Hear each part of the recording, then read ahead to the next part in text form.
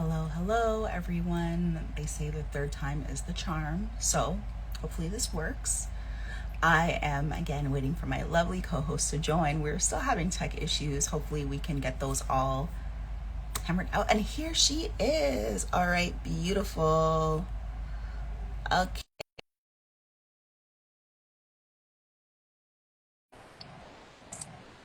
hold on. Accept.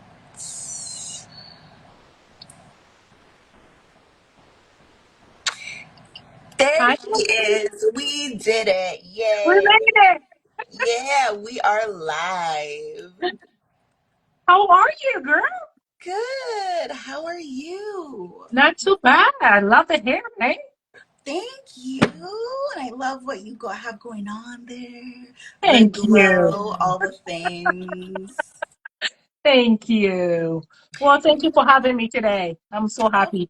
course, of course. It's been too long, so I'm glad that we were able to reconnect and that we're Mhm. gonna be conversing again tonight because it's always a good time. It is. It really is. Yeah. Yeah, so what's going on? How do you want to start? How do you want to begin? You know what? I think we spoke a little bit about, talking about suicidal attempts, suicidal ideation. And I think there's a lot of stigma with Mhm. suicidal thoughts or ideations. And Yeah. just knowing that you are a survivor or you attempted Yeah. suicide and Hmm. being able to talk about it, that is Yeah. huge. So I wanted to know how you process that and comment, like, in social media, talking about it. Like, how did you decide to talk about it? It's so interesting because I was speaking with my husband about it earlier today, Mm-hmm. and I was just like going over material um, and articles and Mm-hmm. tips for people who have survived. I Mm-hmm. mean, I came about this from my own lived experience and going Mm-hmm. back to check articles that have been written and having them like align. I'm like, okay, because imposter syndrome is real, right? Oh, Like, yes. you think that when you're speaking, like you question, like, is this good enough? Is this going to be helpful for people?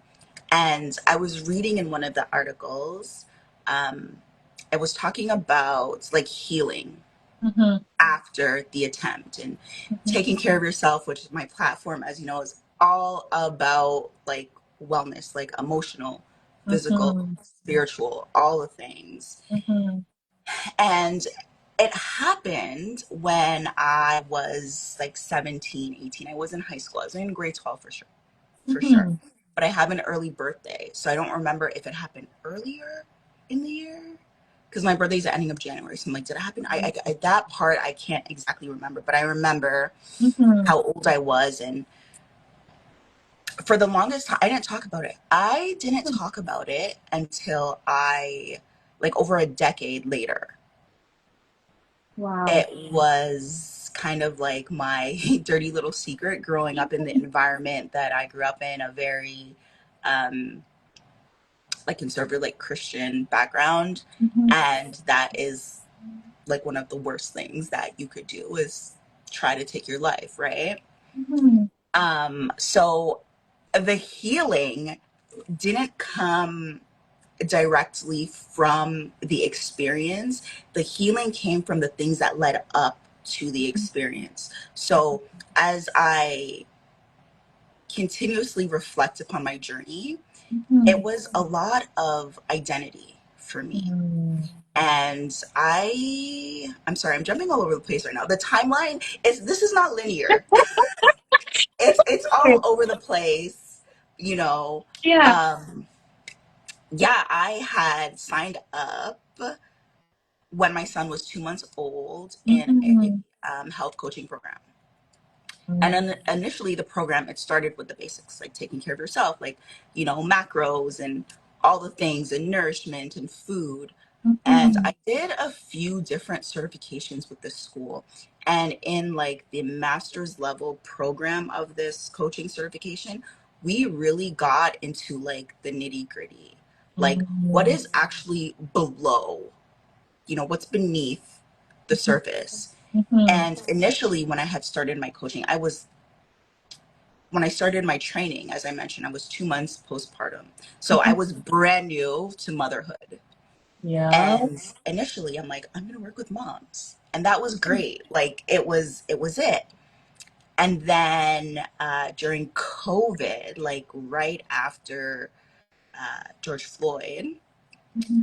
um, I was going through my program and I felt this, I guess, like a prompting. Like, this was something I really had to talk about. I felt physically sick. Like, I wanted to like throw up. And if you know me, that's like the worst thing that can happen to me. Like, I hate it. Doesn't happen often, but like, I felt like I had to get this out. Mm-hmm. And when I started to share my experience, I think one of the first times that like I shared it publicly, because I write as well. I write about like wellness, motherhood, social justice, all those things. I'm Mm-hmm. still writing.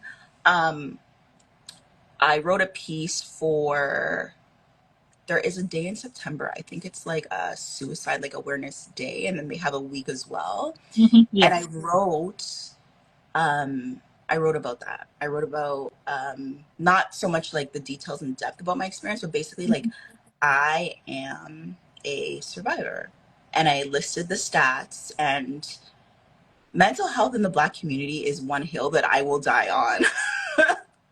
I hear you. Because we don't, we've come a bit of a way, Mm-hmm. but there's still so much stigma around mental health and Mm-hmm. asking for help and weakness. And as mothers, as women, as Black women, like we are expected to do it all, you Mm-hmm. know, with a smile, and having to navigate that in motherhood and all of that stuff. I'm like, wait a minute.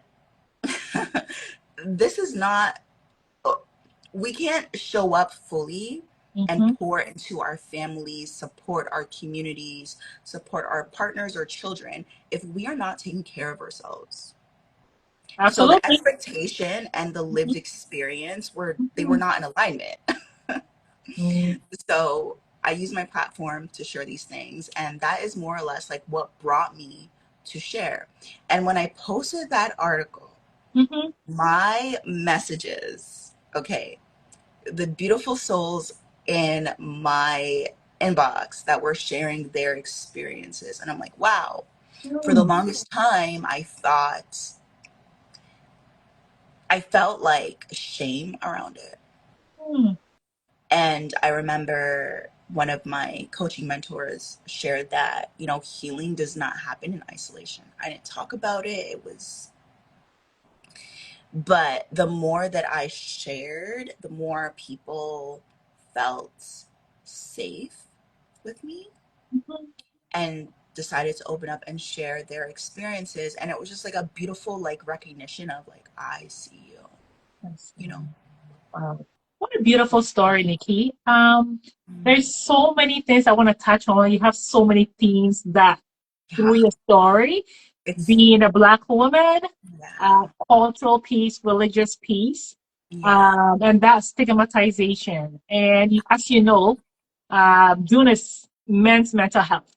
And what we're yes, going to talk about is Black men that take their lives, especially 1000. especially the LGBTQ community.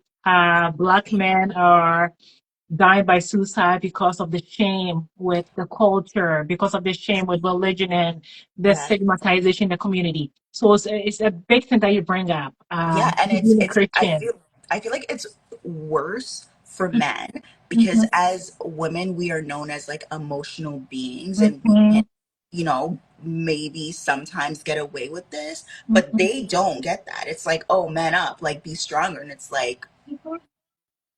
not the patriarchy like working against y'all, like I no hear one is you. benefiting. It's oppressing us and they're being oppressed in the process. Exactly. So like, this is all dismantling that needs to take place. Exactly. And talking about that, I think we we don't talk about that enough. It's more like Mm, a stigma. Let's not talk about it. Like, like yeah, you said, it was like your little secret. And I'm yeah. saying to myself, how heavy was that not to be able to share that Oh, with family or close friends or it's like in a community? it's heavy having to maintain this performance because I Mm-hmm. feel like the expectations placed upon us Mm-hmm. is taking away from our humanity. Mm-hmm. That's These huge. societal expectations deprive us of our humanity. Mm-hmm. I have a son and a daughter. When my daughter was born, she's the baby, she cried. When my son was born, he came out, he cried. They're human beings Mm-hmm. first Exactly. and foremost. And then they go through this world, and then the world imprints these expectations upon them, Mm-hmm. Mm-hmm. right? Exactly. Exactly. So, and I know we talked about this before, but like I tell my son, like, it's okay to cry. Like, we don't, my husband, he knows this is a safe space for whatever arises. Minus the disrespect, we won't tolerate disrespect. He's never been disrespectful. Mm-hmm. But like, if you're angry or like whatever it is you need, feel free to, if you need to cry, this is like a safe space. And I do that for everyone I meet, both men and women alike, Mm-hmm. because we need that. We do So there's not like, oh, 100%. like you had this at work happen, like too bad, like, man up and figure it out. No, we talk about things. We have Exactly. to. We have to. And that's We the have to. first, I think that's the first step to getting people to talk, Yeah. normalizing the conversation. I like that we're doing that today because just Yeah. normalize and say, hey, I have thought about taking my own life. Yeah. I have attempted and I Hmm. am a survivor. I'm here. Let's Yeah. talk about it. What helped me? What didn't help me? How can we learn Hmm. about it? And I know Yeah. we talked about therapy, and you know that me, I'm a therapist. Yeah. And that's something that we do in therapy. Like we do like the biopsychosocial assessment. So we go through the assessment process where, have you attempted suicide before? And what ways did you plan on doing it? And then we develop, some coping tools, some coping Mm. strategies, and do like a safety plan so that we're mobilizing resources, we're mobilizing, social support system, which is huge, which we will Yeah. talk about. Because Hmm. having that social support system and Yes. network is 100%. huge when you're going through really tough times. And how did you maneuver that? Like, did you have a strong social support system when you were going through that? It's ironic because looking back at it, I was surrounded by a lot of people. I was um like in high school, Mhm. I had friends from like every walk of life.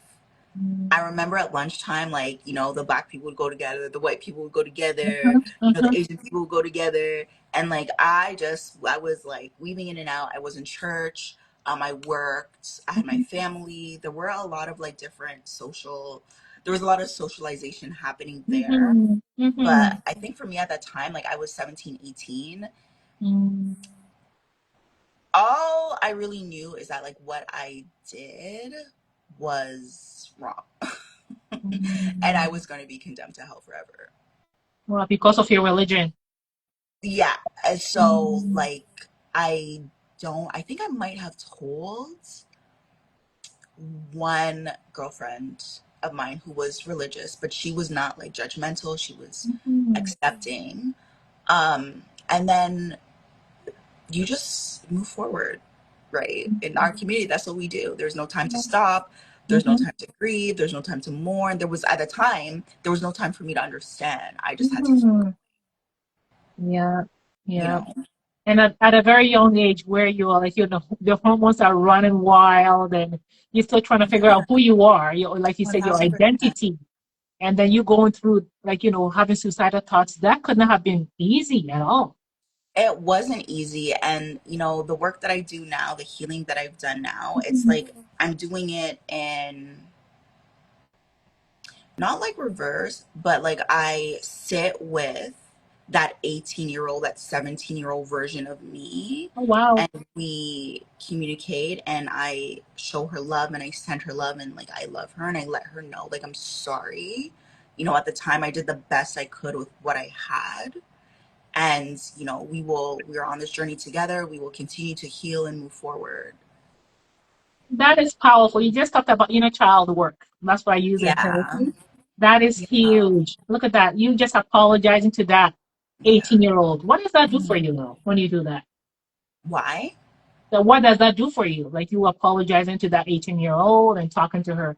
Okay, so today, right now, in front of you, I am here, I am present. I feel like there are certain situations that trigger different parts of me, Mm-hmm. or Mm-hmm. that like bring about certain parts of me. And whenever I feel it, I'm like, okay, um, there's something going on. What's going on? Who is here? Like, what do you need from me? Like, are you scared? What is, and I kind of like walk myself through. I sit with it and I'm like, okay, like Mm-hmm. what's going on here? And depending on who shows up, like the 18-year-old, the 8-year-old, I'm like, okay, going back in time, like what was happening around that time, Mm-hmm. you know? You've done the work. My goodness, you've really done the work. And we're talking about emotional regulation. That's part of, suicidal, how should I put it? Yeah. First aid. Yeah. Because Yeah. when we are aware of our emotions, and our triggers, we're able to acknowledge it, which you always do, validate it, and then Mhm. say, hey, what do you need right now? So Yeah. that's part of the safety plan that I was talking about when it comes to Mhm. suicidal ideations.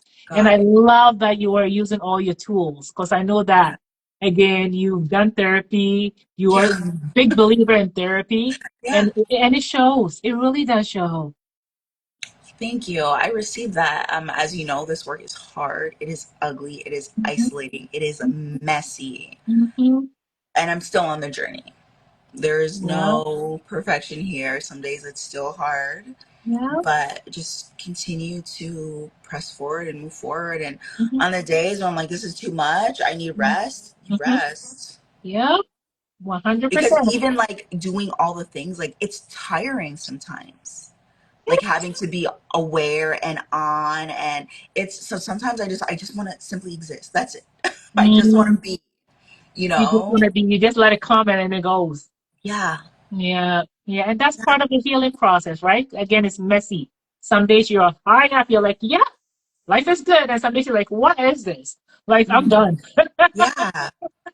1000%. Yeah, I'm yeah. like, oh my gosh, this is so ghetto. Like, why? Like, why? Like, when do we get to live? Like, where's the life that was promised to us? But Who this promised it to is you? Nikki, who this. promised you? What was that? Who promised it to you, the life? I want to know because I I wanted would to. like to know too. Okay, it's like everyone, oh, go to school and get this, and life is great. Like, no, life is not that great. Okay, there's triggers that there are things that activate or trigger you, and you're like, oh, hello. Mhm. And Yeah. sometimes like it hits you, like sometimes you're there like going about your business and all is well, and then it just hits you like a ton of bricks out of nowhere, and it's just like, Mhm. oh, you're new, or Mhm. oh, I thought I addressed you. It's like peeling an onion, right? There's always like something. Exactly. There's always a There's layer. Like always all something. the emotions, they come up. They really do. Yeah. But you're doing an amazing job. I mean, your self-awareness is like amazing. And I know you keep working through it, which is amazing. Question for you. So Yeah. I've heard people say people that have attempted suicide Mhm. or thinking about it are just lazy. They don't want to deal with emotions. What would you say? Mm, I wish it were that simple. mm, It's very complex. There's so many mhm, more layers to mhm, that. And yeah, they want the easy way out. They don't. mhm, I'm like, for me, I'm a huge fan of like reframes. So how can we reframe that in a way that is that justifies mhm, and humanizes that survivor's experience? mhm, Could they have been at their proverbial end of the rope? mhm, Maybe they didn't want to burden anybody. I know for me, like I mentioned, identity, I had a lot of stuff around. I was like bullied a lot growing up. And so I had a lot of stuff around um, not being loved, even though like my family was around me, they told me they loved me, Mm-hmm. right?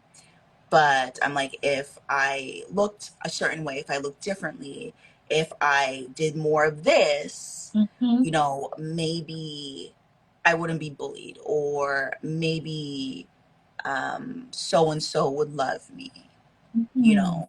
Mm-hmm. So, what is the mental state of that person? Yeah. Yeah.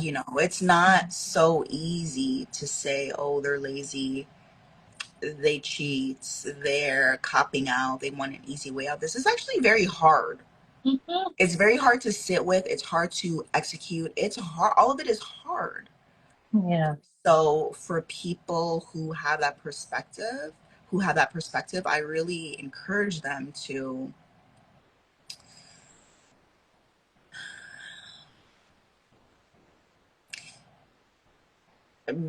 be more mindful, Mm-hmm.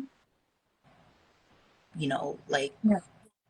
life is hard. It's hard for a lot of people. It's not without its challenges. No matter how much money, resources, community, love, support you have, it's just a part of being human. Yeah. And some people are better resourced than other people. And even still, this is not necessarily like, this does not discriminate. You have famous celebrities that take their Mm-hmm. lives, who have all the money, all the access, Yeah. all the resources, Yeah. and still. So I just, invite people to really sit with and think about what they say before they share that opinion.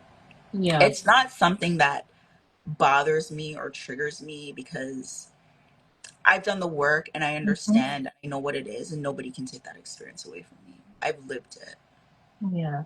Well, thank you for that. I mean, again, that's where we look at stigmatization. Yeah. Why do I want to talk about it, or why do I want to seek help when I know that there is that judgment piece? And that's Yeah. huge for a lot of people. I don't Mhm. want to be judged by my coworkers. I don't want to be judged by my parents, my brothers, my sisters, my community. Yeah, I don't want I to be get it. judged. I Yeah, get it. They're gonna judge you regardless. And if people are saying, exactly. "Oh, they're crazy, they're a loony bin, whatever." Okay, what drove them to that point? How did we get here? Can Exactly. we be more compassionate with one another? Hmm. Can we And extend that? yeah, and that's Can where we? we're having that conversation. I love that we have this conversation because again, it's about psychoeducation. Yeah. People are Can very we? ignorant to the Yeah. fact Maybe that can this is we? a mental health issue. There's a mental health, like There's a pandemic.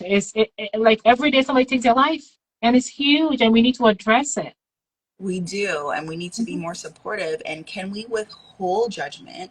And like I said, maybe explore and, come from a place of curiosity. Like, okay, this person might be in a lot of pain. Mhm. Why didn't they reach out to me? Mhm. Why? Well, are you somebody who is open? Ah, I like that.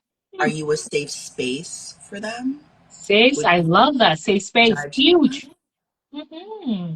So instead of coming at people with judgment, can we approach them with kindness and curiosity? And how might that change the conversation that's being had? Yeah, absolutely. And do you think we need to have these conversations in churches, in our community, even at the government level, where we're having like an open discussion? What are your thoughts? Don't even get me started with governmental, like, so, okay, where do I begin? Okay, with churches, most definitely. Like, Mhm, as somebody who grew up in multiple churches, who mhm, was still very spiritual, I mhm, believe in a higher power, I believe in God. Um, it's not enough to just pray mhm, about it. Prayer is powerful and can move mountains, but we need to be more supportive. Like I said, like, what led, you know, this person to this point? mhm, You know, I saw something the other day and it was like, we don't need we don't need like wellness gizmos and gadgets and stuff like that. We need Mhm. like community, affordable housing, mental Mhm. health care in general. And I'm Mhm. like, I don't think I can like disagree with that. Right. So Yeah. as a church is an agent of socialization, Mhm. they house people in the society. How can churches support their congregation? Mhm. You know? Exactly. And By from a talking about it. governmental level, like, don't even get me started. So back in 2013, when I was looking for a therapist, Mhm. I was on a wait list. So I worked in Toronto but lived in Brampton. So I applied out in Brampton. I was on a Mhm. wait list for like 6 months there. And then in Toronto, the wait list was like over like a year and a half. My This goodness. was in 2013. Since Wow. then, there's been an influx of people and less funding being Yeah. allocated to healthcare in general, but specifically mental health care. And I think we really saw things like kick off like during COVID. Mhm. Mhm. And it's That's when huge. and they closed gyms, they closed churches, they made it challenging for people to be outside when they gave the police like powers, like arbitrary powers to randomly stop people. Mhm. And like, where is the funding? And then COVID ended and then they just dropped us back. Like, okay, business as usual. And Mhm. personally, I still have, I don't know for you what your experience is, but I still have like remnants of like, I don't want to say like PTSD. It was Mhm. like a triggering time for me. So much came up for me, but Mhm. I'm still like traumatized Mhm. from COVID, the way that it was handled or mishandled, I should say. Mhm. Yeah, there's a lot to talk about on the Mhm. political government side. I know that mental health resources, mental health, going in for help, it's hard for people to reach out because, again, the wait list. Imagine you having, mental health crises, and then you put on a wait list. How do you cope then? If you don't have a supportive community, if you don't have somebody that is a safe person, how do you cope? And where do we go from there? Because I know you and me, we can't fix it. That's 100%. So how do we then manage this? I don't even know. We need a politician on here to say how we can change this from a governmental political perspective, because I Yeah. don't know what these policymakers are doing. The leaders, Mhm. it's not a priority for them. You know what's so ironic? So after school, so I studied like sociology, psychology in school. My degree Mhm. is bilingual. I have a bilingual certificate in law and social thought. That's a Mhm. philosophically based certificate. Mhm. And when I would go for jobs, don't ask me how this happened, but I ended up in the financial sector. Okay. Wow. People don't understand. I know. I didn't last very long there because it's just not, it wasn't for me. Yeah. But they would always ask me, like, soft sciences are clowned on so much.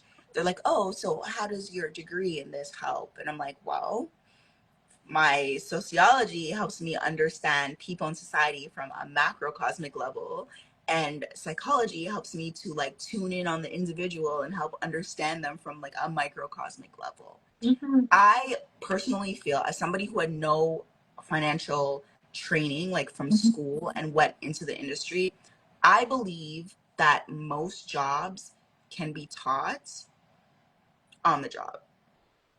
The training happens on the job.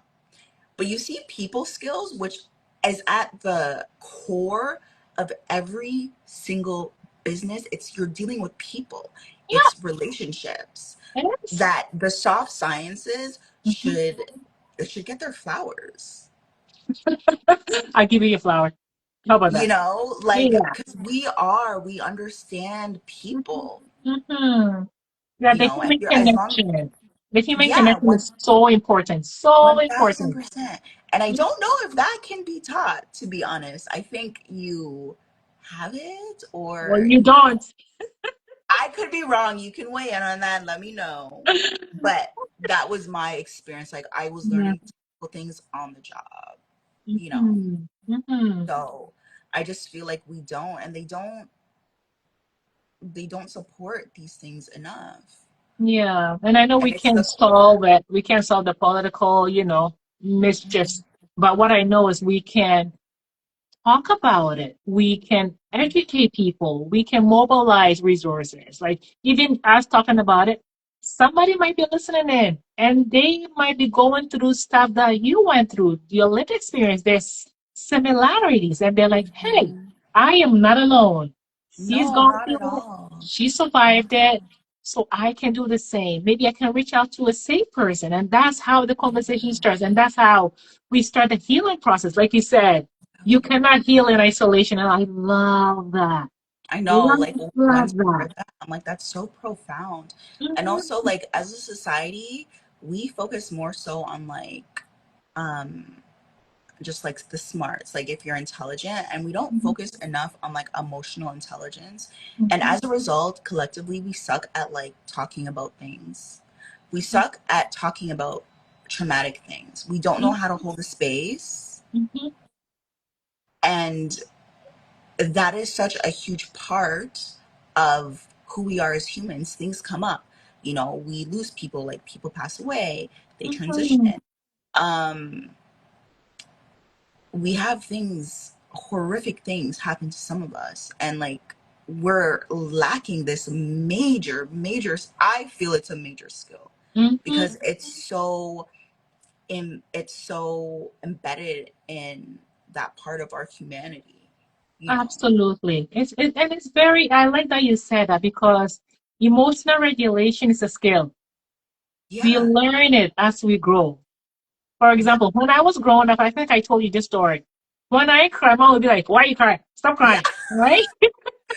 Do you want something to cry Like about? Like, that. no, thank Yeah, you. We're already in enough exactly. pain, hence the tears flowing. Exactly. So I think at a younger age, we gotta teach the kiddos how to, regulate their emotions because those big feelings come up and they don't know what to do 1000%. with it. They don't know what to do with 1000%. it. Right? In And as school, play somebody a who is, huge. Go ahead. yeah, as somebody who has worked with like adults, I'm like, y'all are just like, little children in big people's bodies. Like the tantrums they throw, I'm like, excuse you, so 1000%, that's, I have my children, like they are free to express themselves, but they will not be disrespectful, we will not be hitting, kicking, punching. I'm like, if you need a minute, if you need to scream into a pillow, which I highly recommend for moms and people in general, to get out their frustration, or like punch a pillow. We bought them like a standing punching bag, so if they feel upset, so they're not hitting each other, but that hasn't really been the most successful because they still insist on hitting each other. But Yes, it was. that's neither here. But yeah, no, like emotional, like that is a part of our like homeschooling curriculum. Like we Mm, regulate, or I teach them to yeah. regulate on a daily basis. Mhm, Because mhm, they flare up every day over something, mhm. And that's you know. amazing that you do that. Like I applaud you for that. Um, you said something about postpartum. Mm, I know that postpartum depression mm, contributes or is a risk factor for mm. suicidal ideations. I believe it. What are your thoughts on that? I personally feel that society does not support women and children. And if more women had the support they needed, I'm wondering how that would offset. Like, don't get me wrong. Postpartum hormones are, everything's out of whack. Mhm, You're sleep deprived. mhm. Your body is sore. You have milk Coming coming out. from you Yeah. have blood coming from places, you are Yeah. sore, you cannot sit, there's so much going on. Mhm, And after, I had no idea about this, but after my second, or before my second was born, I was reading a book called The First 40 Days. mhm. And in some cultures around the world, for the first 40 days, the mother does not leave the bed, really. Yeah. Mind There is culture. a village of women that come in and they feed, and the only thing she has to do is be awake to nurse the baby. Yeah, that's my culture. Ghanaian Here, culture. Yeah. there are women walking around in stores because they might have other children or things to do, like a week, the same day, Yeah. postpartum. We need Mhm. to heal. Like, I tell people straight up, my youngest is 7 and my oldest is 8, and I am still healing. Okay, postpartum, Yeah. hormonally, emotionally, And mentally, like physically, physically. I'm seeing a pelvic floor physiotherapist. Like, it's the healing part is so real. Like, it and we really don't have is. that. And I Mhm. wonder, I am so curious what postpartum and motherhood would feel like. Would women still feel the way they do and feel trapped and feel miserable if they had the support financially? I know here we have mat leave for 12 months, 18 months, Mhm. but structurally, That's what a if, good question. That's a you really good know, question because again, even if you get a mat leave, you're isolated. And often, women that I see in therapy with like postpartum depression, I try to mobilize resources. So, what does that mean? Community resources, like the library sometimes holds like a new moms meet with other moms. You talk about what's been going on, and I think mhm, that is so important. It goes back to again what you said. You cannot heal in isolation, and that is so important. Like back home, how my mom had me like you said, 40 days, you don't do anything. All you do is sleep, nurse the baby, cook, your mother cooks for you, you have the whole village cooking for you, everybody yeah, takes care of you. yeah, And that was huge because then yes, they got the time to heal their bodies. They yes, got that support. They yes, it was just beautiful. yeah. Now when you come here, you have a baby, like you described, you It, gotta go, got things to do and all it's that. it's a lot. So, Mhm. postpartum depression, anxiety, Mhm. intrusive thoughts, like all of that is a part of the experience, but does it have to be? Mm, No, it's common, but isn't normal. exactly. Then we go back to our politicians and our government, right? That's a huge issue that like you and me can tackle, but I know that Yeah. slowly, Hmm. hopefully, get to a point where our daughters, our sons wouldn't have to struggle or go through that. Hopefully, Nikki, I'm saying the word hopefully. No, hopefully not. Hopefully that, Mhm. we can make changes now. And like you said, Mhm. like start with the children, and how Mhm. can we cultivate community That's a huge now, one. you By know? by creating safe spaces, by Mm, having safe people. Nobody wants to be judged because even with no. postpartum depression, people Hmm. still judge moms. Why are you Yeah. depressed? You Yeah. have a beautiful baby. As long People don't understand. as long as the baby is healthy. Okay, but what about mom? Mom deserves to be healthy. Mhm. There are so Mhm. many risks, like especially with our lives, that can happen to us Mhm. post, like in delivery, and there are Mhm. some moms that don't make it. So Exactly. I think it's not enough to say as long as the baby is okay and healthy. What about mom? Exactly. And that's why we have those conversations. It's so important. Psychoeducation, Hmm. because ignorance is bliss, like we say I it. think in this case, ignorance is harmful. it actually, what it is, it is harmful. It can be harmful. Mm-hmm. Mm-hmm. So, Yeah. Nikki, tell us about your work with women and what you do now. I would love for you to share with the audience what you do because I think it's so important for them to know what you do. Yes. So I work with women, suicide attempt survivors, and help Mm-hmm. them find solace. And that's so, as you know, you are a therapist. I am not a therapist. So Mm-hmm. I focus on habits, some mindset, but really we're just starting with the basics. Like, Mm-hmm. are we taking care of ourselves? Do we feel like we're worthy? If we don't feel like we're worthy, what's going on there? What's under that? Mm-hmm. You know, because I feel like we do backflips for other people, Mm-hmm. But when it comes to us, Mhm, there's hesitation, we're not doing it. And if we don't take care of ourselves and we're falling apart, mhm, what good are we to ourselves first and anyone else? At the end mhm, of the day, we are still individuals who are deserving of a full and prosperous and joyous mhm, life, healthy, abundant life, mhm, right?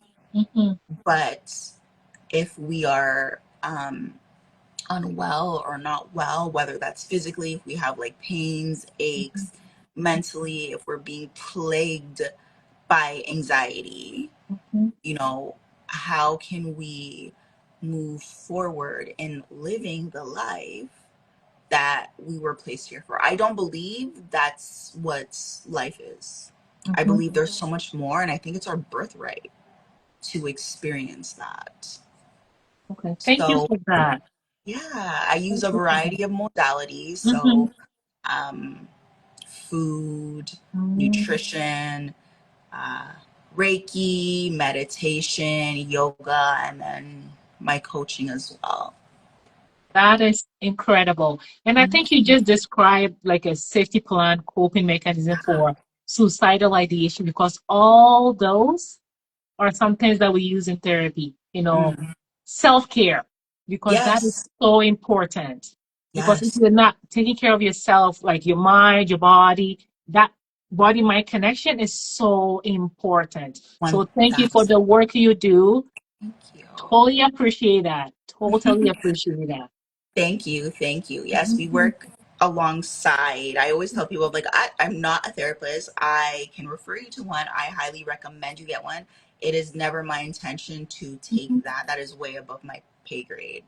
I, mhm, but I think it is important that we have a starting point, and it starts with us and the thoughts that we're having, mhm, how we perceive ourselves. mhm, So, like, wellness on that level. Is mhm, there anything that needs to be like decluttered or detoxed, or, do we need a reframe, a mindset shift? mhm. You know? That's amazing. Well, thank you for Thank you. all those goodies. Before we go, can you give Mhm. us 5 tips or somebody that's going through Nikki? You have more than five. You know that. You Ah, really know that. You, I didn't ask you for 10. You lucky I said five. I said only five. oh Give my me 5 tips gosh. for somebody that's going through like a tough time with they're contemplating suicide. What are some things? What can you tell them? Somebody that's watching right now. 5 tips. Or Okay. whatever that you come up with. I decrease it too. Okay.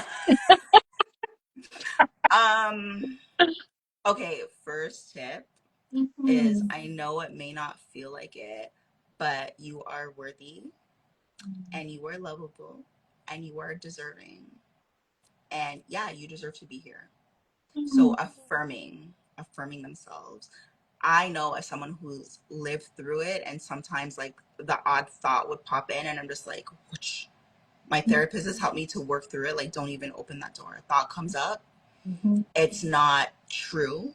Mhm. It's not in alignment with who I Mhm. am. Mhm. There will be voices that say, oh, like, do this, like, oh, the Mhm. world would be a better place without lies. Shut it down. Mhm. Affirm yourself. Shut it down. Don't entertain it. And if there's anybody in your life that tells you that, shut them down too. Close the door. Throw away the key. Don't go back there. You don't need that. Mhm. So maybe that would lead to the second point, like, have loving people and supporting people around you. Mhm. Um, the third thing would be to be mindful of what you consume, Mhm. food wise. What are you watching Mhm. on, like, what's on your screen? What are you consuming on social media? Um, those things are important. What are you listening to? Mhm. Because those are all things that like come into our mind, and then like stories Mhm. start to get created. And how true are those stories? Exactly. So that would be the third thing. Um, The fourth thing would be to reach out for support. You're not alone. Yeah. There are people, there are professionals that can help. Mhm, So I know that it can be like daunting and mhm, scary, but reach out for support. I always tell people that all the time. Reach out. mhm. And then let me see. Can I think of one more? You made it. Ah! Can I think of one more? Um, yeah, just doubling back on, knowing who you are and what you're here for. And Mhm, honestly, like I cannot like I feel like that's such a big piece. Like, and I understand that not everybody has a solid sense of self. Even myself, I'm still learning about me and unpeeling things and oh, mhm, this is what I thought yesterday, but this is no longer in alignment with who I am today. mhm, So I can put that to rest, but mhm. really just I think it's a self-compassion piece. If I'm wrong, you gotta be compassionate with yourself. yeah, allow Our yourself to be identity. human. Exactly. Our identity is always revolving. We're always learning something about ourselves. It's not Yeah. concrete. We're always learning about who we are. So be And easy on yourself. yeah, and there is a lot happening in the world on a Mhm, physical level, on like an energetic, on a mhm, spiritual level. mhm, Your reaction to what is happening is human and it's normal. I know you had mentioned before, and I was reading about it earlier, that with suicide ideation, mhm, that is the thoughts mhm, of, or questioning, like, do I belong here? Like, should I, you know, mhm. happens to more people than we understand. Oh, big time. Every person on earth, I'm just gonna say it as it is, has had a suicidal thought. They have When, not attempted it, but they have had it yeah, before. and when you told Mhm, me that, I was like, mhm, what? So I mhm, think, and going back to the conversations and the safe spaces, like mhm, when we communicate with one another, we learn these things and we're not alone. I think, like you talked about before, like the shame and stigma, there's mhm, nothing to be ashamed of. It is human. It happens. mhm. But if you're having the thoughts, reach out, seek the Yes, support, stay ahead of it as much as you can. exactly. Thank you for you. I think you gave me seven. Who's counting? I am. Oh Those gosh. are really great tips. And I really want to say to anybody that's watching or listening and going through a hard time, you matter. You 1000%. truly matter. And its help is readily available. We have the crisis line. Please call Yeah, the crisis line. Check yourself into a hospital if you don't feel safe or yeah, you're harm to yourself. But please know that you really matter and yeah. support is readily available. 1000%. You do not have to do this alone. You are Alone. not alone. You're not alone. Well, Nikki, look at this. I love this conversation. Thank you for making It the was time. Thank you for welcome. being so vulnerable to talk about this.